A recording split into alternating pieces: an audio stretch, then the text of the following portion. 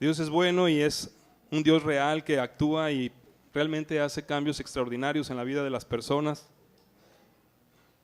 cuando le dejamos ser el Señor de nuestras vidas. Yo quisiera que este día importante de resurrección, debe usted saber, hermano, sabe que es muy probable que en este día, en diferentes horarios, por los cambios de horarios, en todo el mundo se estén bautizando miles de creyentes. Miles de creyentes. Nosotros vamos a cooperar con, ¿cuántos eran? ¿5?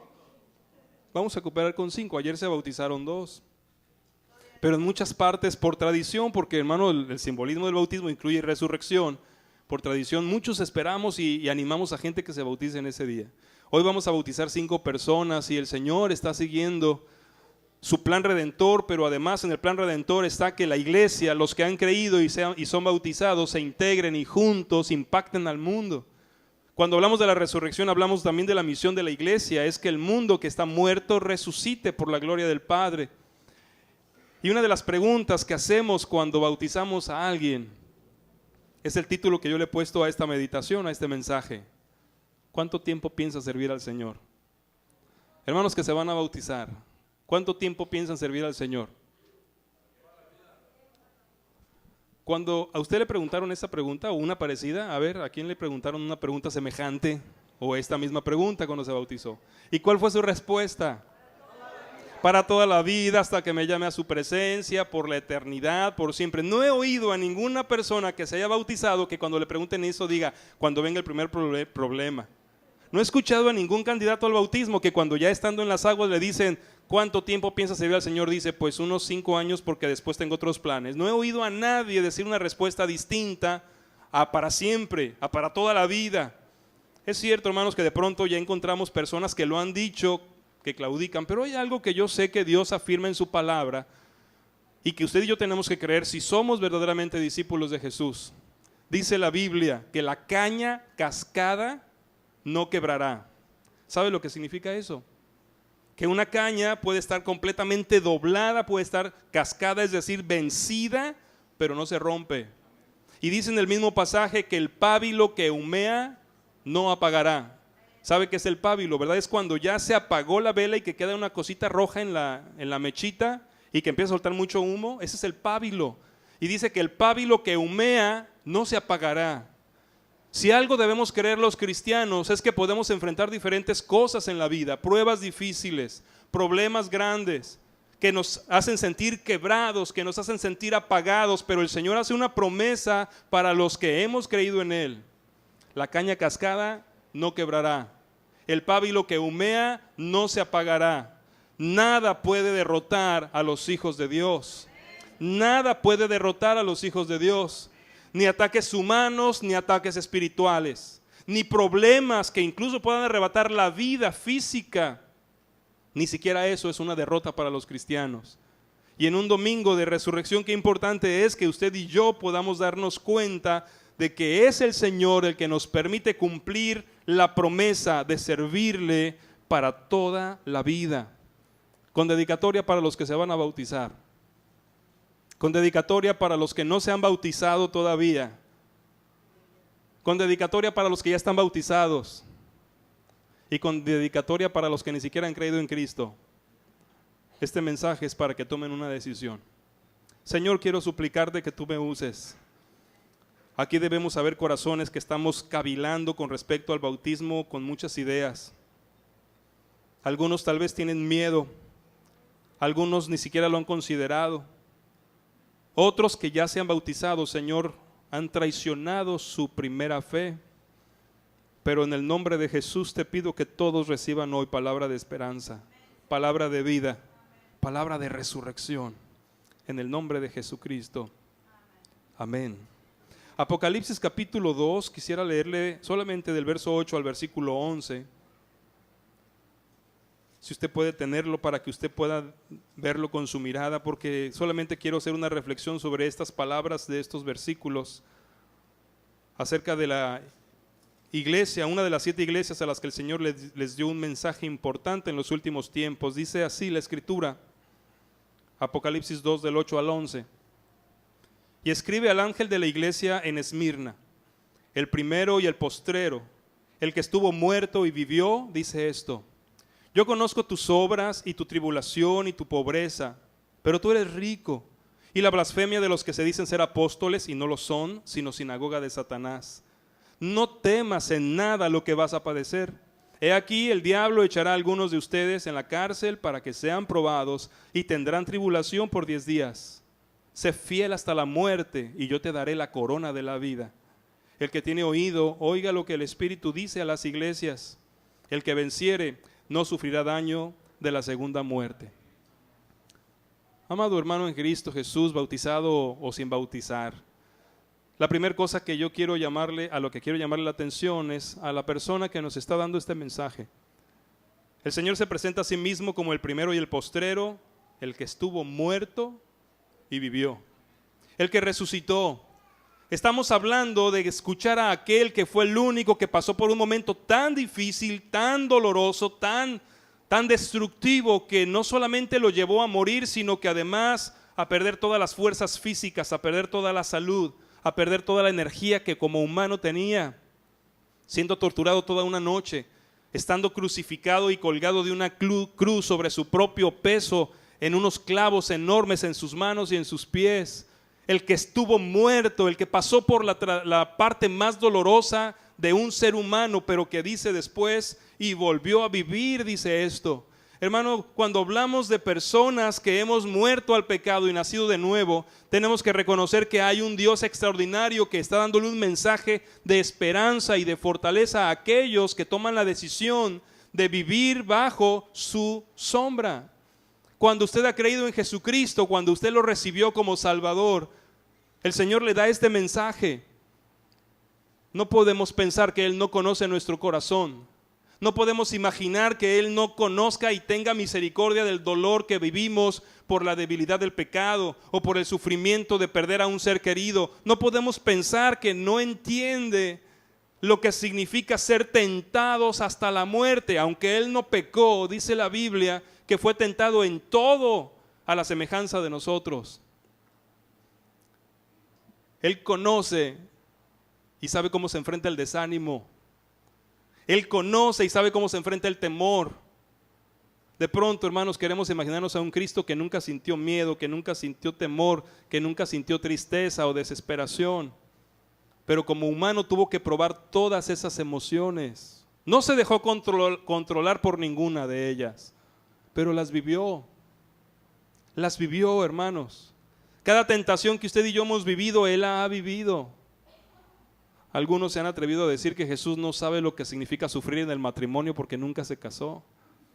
Pero sí sabe. Sí lo sabe porque Él se casó con los cristianos que creían en Él. Él se casó con los discípulos y sabe los sufrimientos de llevar diferencia de caracteres, de opiniones y de pensamientos. No hay nada en este mundo que usted esté viviendo o viva que Él no haya experimentado y venció. El que estuvo muerto y vivió, dice esto. Cuando usted y yo pensamos en los sufrimientos más tremendos que podemos vivir, ninguno se compara a la muerte tortuosa que Jesucristo vivió. El cáncer, el ser asesinados, el morir ahogados o quemados. ¿Cuál es la muerte que no quisiera vivir? Ninguna puede compararse con las horas de aflicción que Jesucristo padeció, no solo en la cruz, sino antes, cuando fue azotado, escupido, golpeado y burlado. Pero ese hombre, Dios, tiene un mensaje para usted, tiene un mensaje para ustedes que se van a bautizar, tiene un mensaje para los que hemos traicionado nuestra primera fe, los que hemos abandonado el servicio que prometimos dar hasta que la muerte nos separe, porque Él sabe lo que significa la aparente derrota como preparación para la última y gran victoria, porque Él murió y volvió a la vida. Y como tal, dice el Señor, que el que crea en Él, aunque esté muerto, vivirá.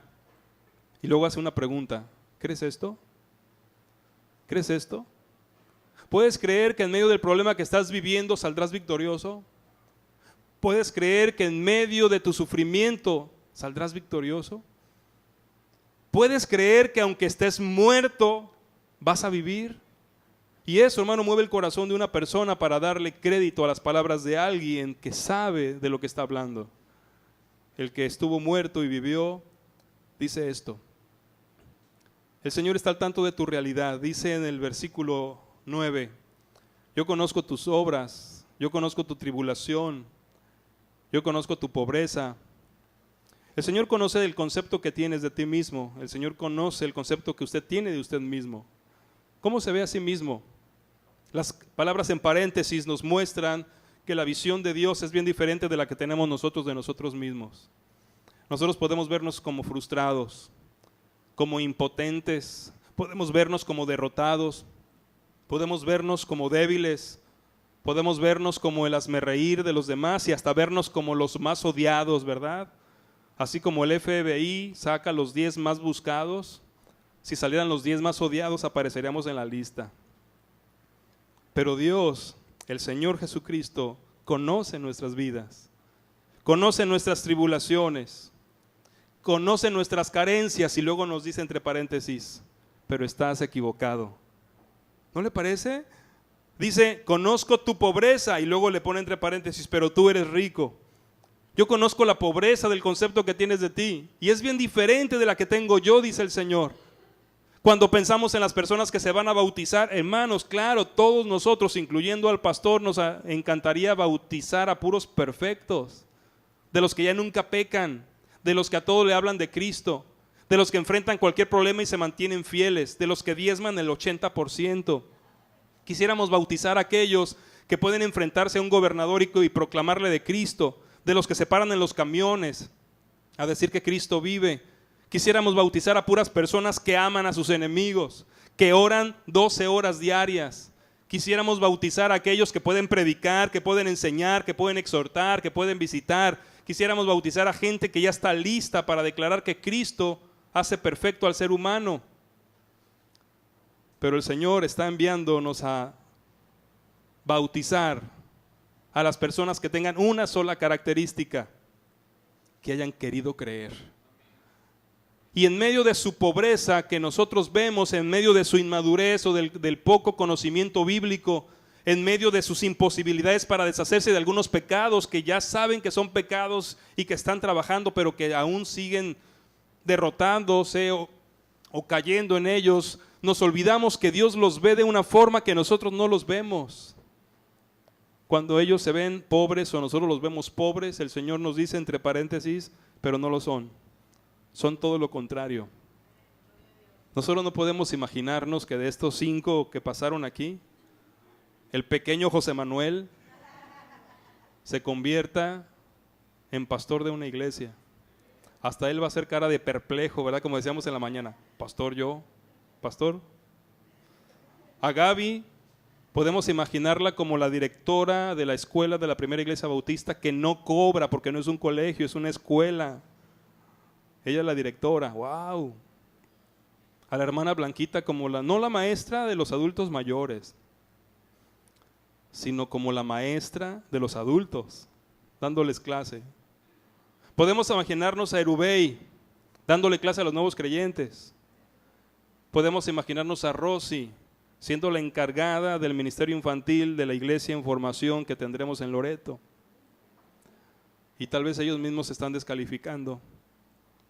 Tal vez algunos de ustedes piensen y digan, hasta cree. Pero no vemos lo que está en los paréntesis de Dios. ¿Qué dice Dios en los paréntesis de ustedes, amados hermanos? ¿Qué dice Dios en el paréntesis de lo que usted ve de usted o de lo que vemos de otros? Nosotros no podemos imaginarnos cuántos pastores más saldrán de esta iglesia, cuántos maestros de niños, cuántos maestros de adultos. No podemos imaginarnos cuántos serán diáconos. No podemos imaginarnos cuántos de aquí serán misioneros en otro país. Y aun cuando nos descalifiquemos unos a otros, aun cuando saquemos lo peor de cada uno para decir este no es digno, siempre hay un paréntesis en el libro de Dios donde dice lo que Dios ve de cada uno de nosotros y ni nos lo podemos imaginar.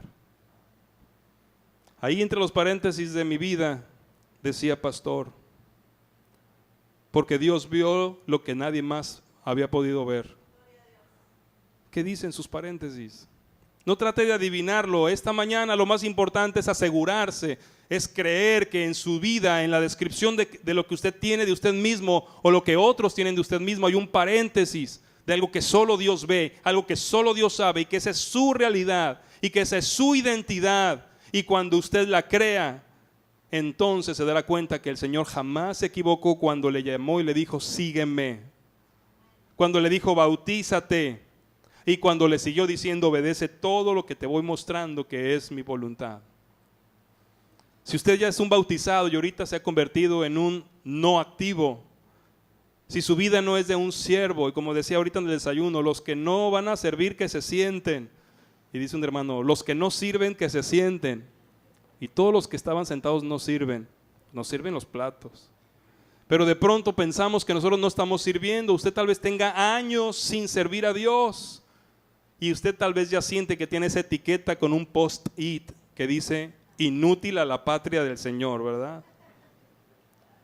Pero detrás de ese post-it que usted se puso o que nosotros le pusimos, están los paréntesis de Dios. Irrevocables mis dones, dice el Señor. Irrevocable mi llamado. Ninguna etiqueta que te ponga un ser humano quitará que yo cambie los planes que tengo para ti. Tengo planes de bien y no de mal, para que se cumplan tus sueños, que son mis sueños, dice el Señor en Jeremías. Usted y yo necesitamos conocer al Dios que tiene un paréntesis para cada uno de nosotros. Sí, hermano, Dios tiene un propósito extraordinario.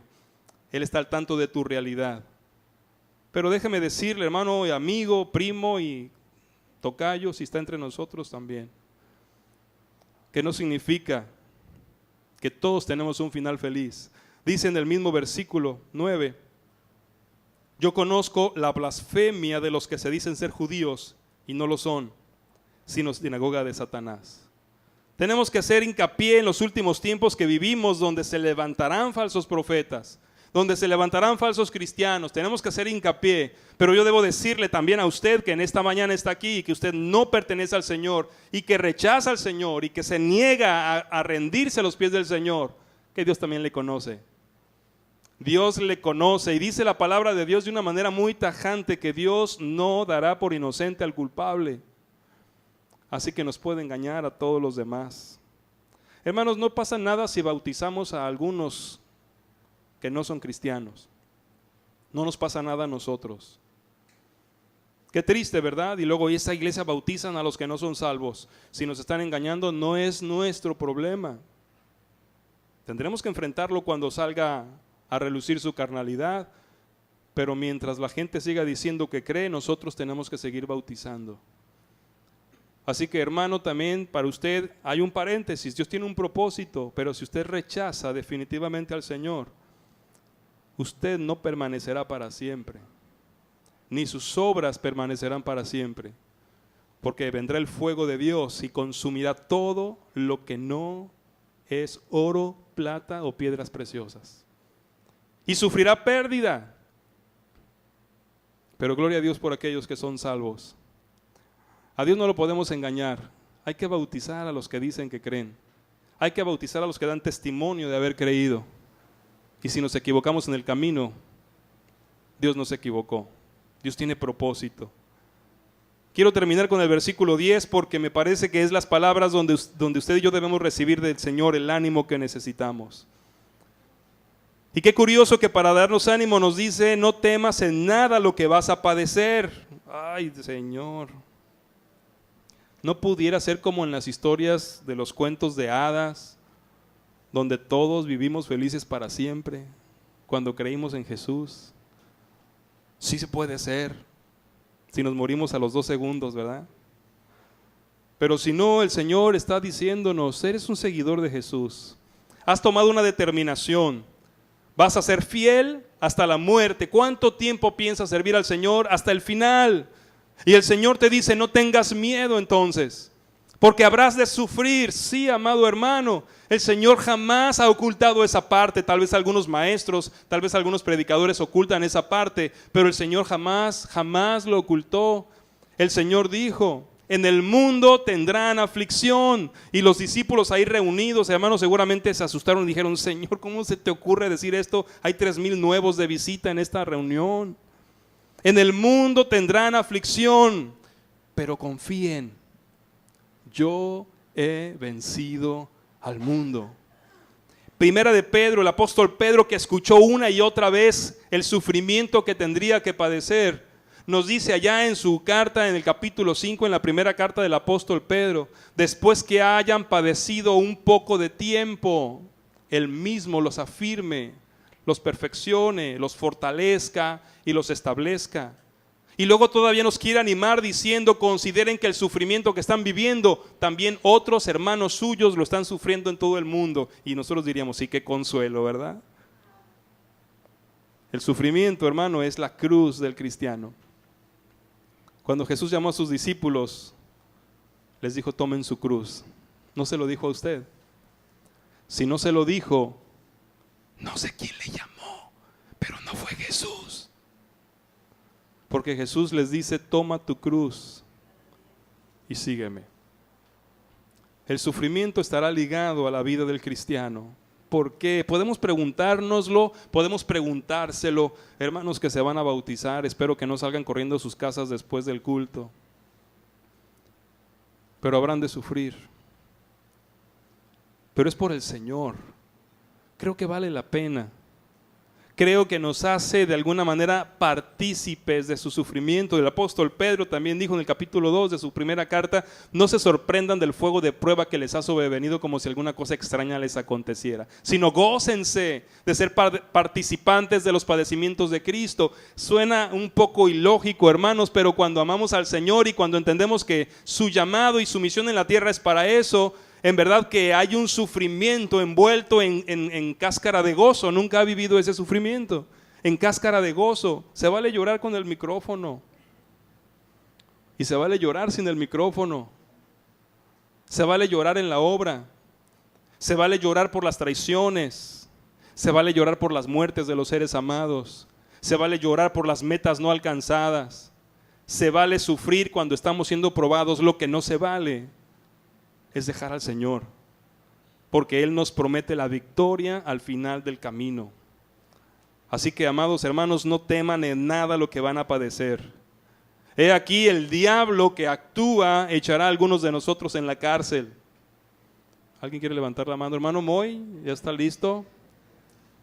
No, ya se hizo amigos de todos los de la cárcel. Que vaya otro que sí sufra.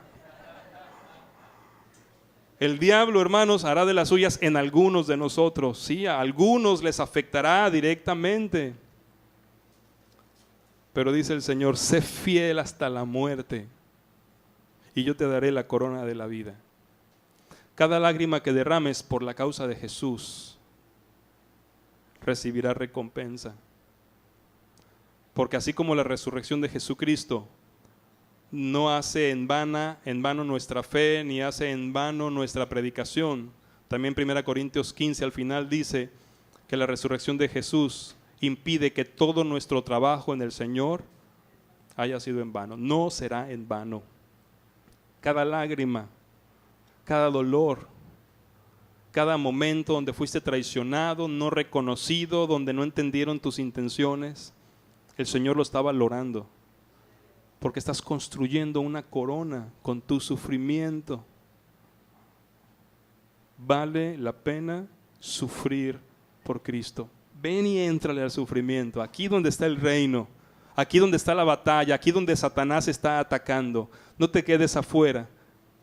No evites creer en Jesús. No evites bautizarte. No evites la membresía. Éntrale a los problemas. Éntrale a la batalla, éntrale a la guerra contra aquel que es poderoso, pero no tanto como aquel al que pertenecemos. Y preparémonos porque el Señor viene.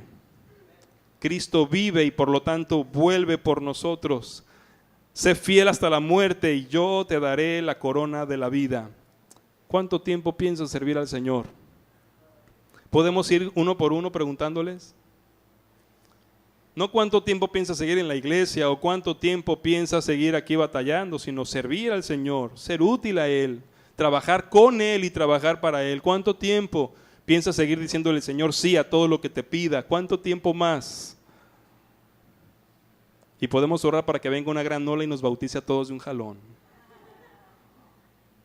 Porque si le hemos fallado, hermanos, si después de bautizarnos hemos abandonado nuestra promesa, nuestro Dios nos da una nueva oportunidad. Cada vez que usted ve bautizarse a alguien, Dios le está dando a usted la oportunidad de decirle: Señor, perdóname, afirmo una vez más que te serviré hasta la muerte. Y ojalá que todos podamos decirlo esta tarde allá en la playa, ahí en el sol, sufriendo el calor. Ahora que estuve con unos hermanos allá en México, decían: hermano, ustedes, yo no sé cómo le construyen bautisterios a sus templos con toda la playota que tienen ahí.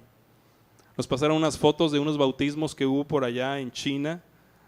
¿Y saben en qué los bautizaban? En una tina de baño, en un departamento. Ahí los metía el pastor, se hacían bolita y ya nomás les hundía la cabeza así y salían. Y las rodillas de fuera, porque no cabe todo. Pero salían llorando por haber obedecido al Señor. El bautismo es tan importante para el cristiano. Dios les bendiga, hermanos Alatriste. Dios les bendiga, hermanos Villegas. Y que Dios les mantenga fieles al Señor, hoy y siempre. Maricruz, le esperamos. Ahora depende de usted. Y después de bautizados, hermanos, esos obstáculos que ha impedido que ustedes sean bautizados, el Señor los va a quitar. Confíen en eso. ¿Tiene usted ahorita un impedimento para servir a Dios? Quisiera invitarle a considerar el pedirle al Señor que le dé la victoria ahorita sobre eso. Hay personas que son la causa por la que usted está inútil. ¿Hay alguna circunstancia en su vida económica, de salud o de familia que usted dice: con eso no puedo servir?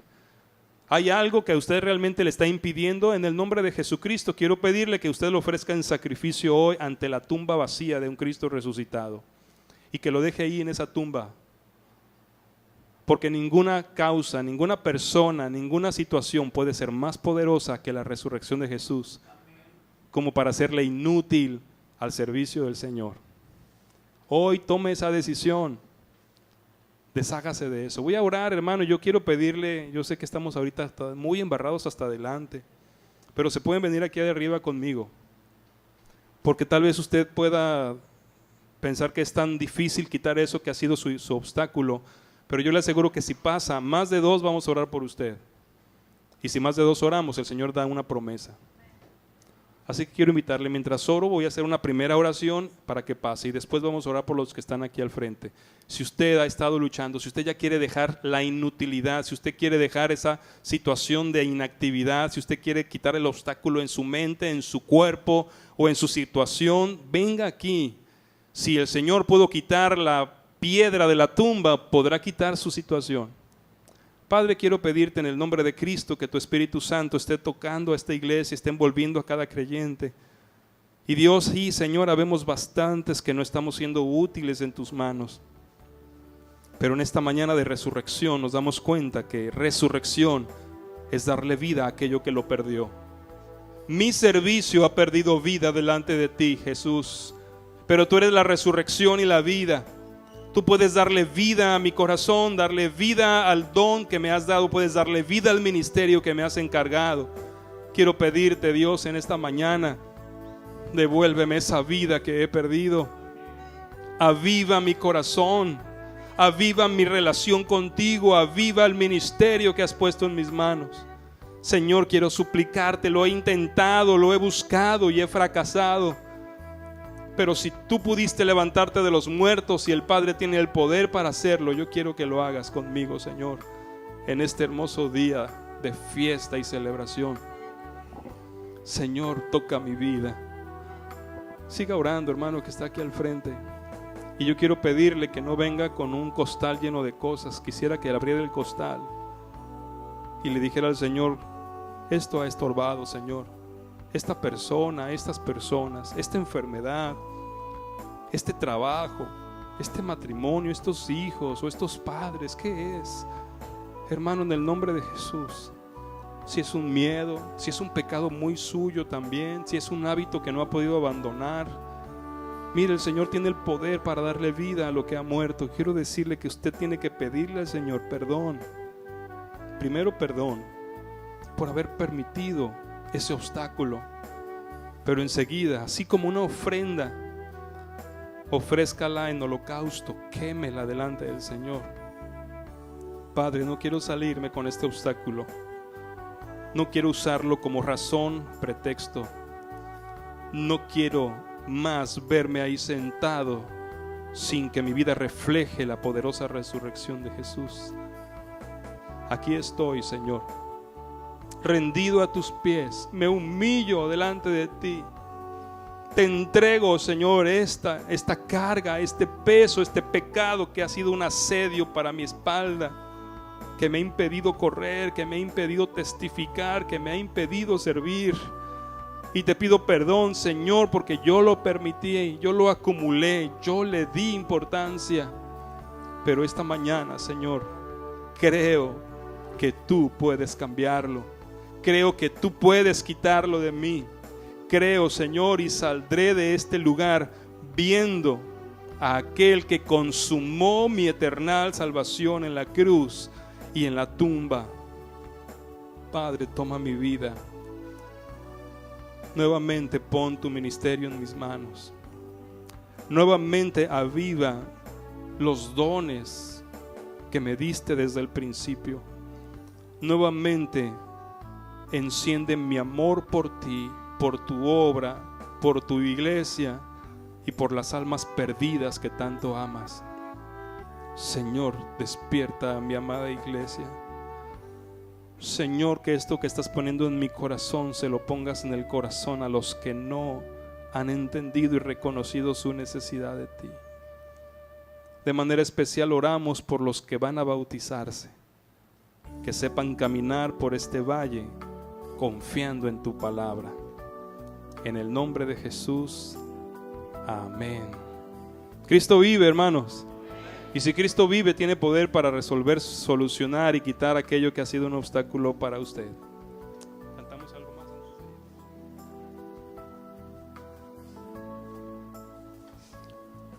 Bendito sea nuestro Dios por su palabra. Señor, yo te agradezco grandemente, Señor, porque por tu muerte y resurrección yo tengo vida.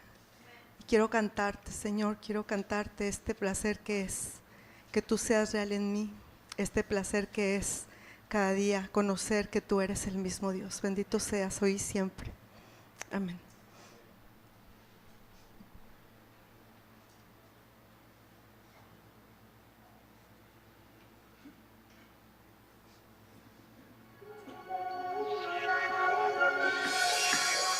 Curas al herido, que puedes la vista dar, que enseñas a perdonar.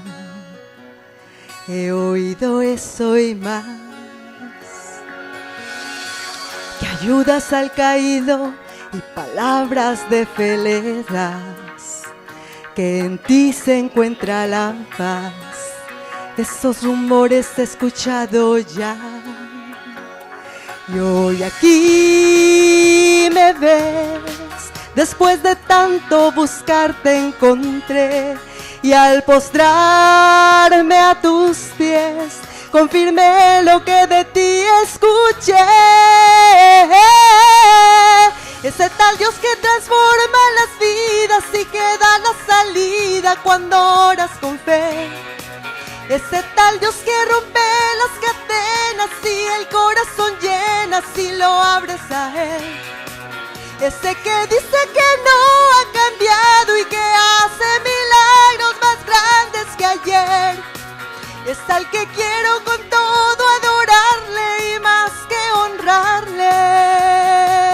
Es un placer conocer.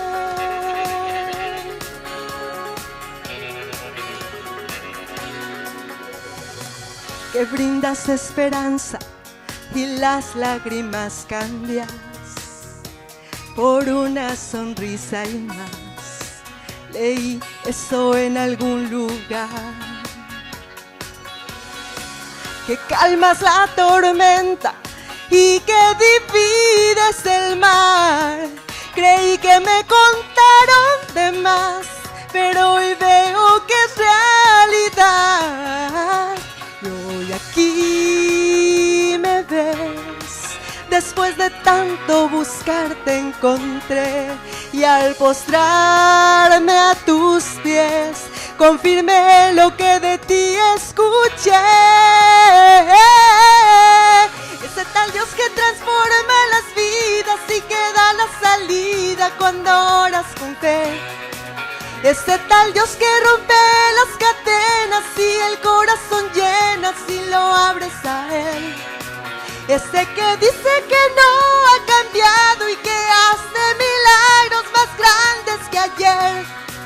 Es al que quiero con todo adorarle y más que honrarle. Es un placer conocer.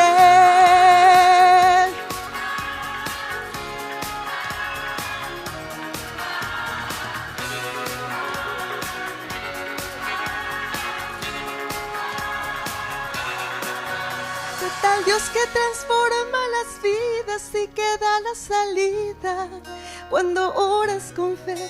Ese tal Dios que rompe las cadenas y el corazón llena. Señor,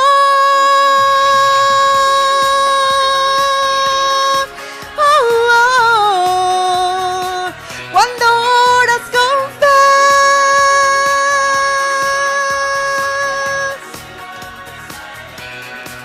Ese que dice que no ha cambiado y que hace milagros más grandes que ayer.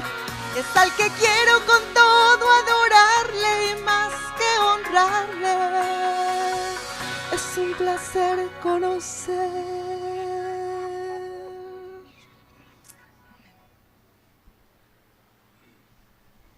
¿Qué tal? ¿Ya lo conoce este Dios? Es un placer conocer y servir. Vamos a ponernos en pie, vamos a entonar una vez más el canto de celebrar, a ver si sale distinto ahora, otra vez.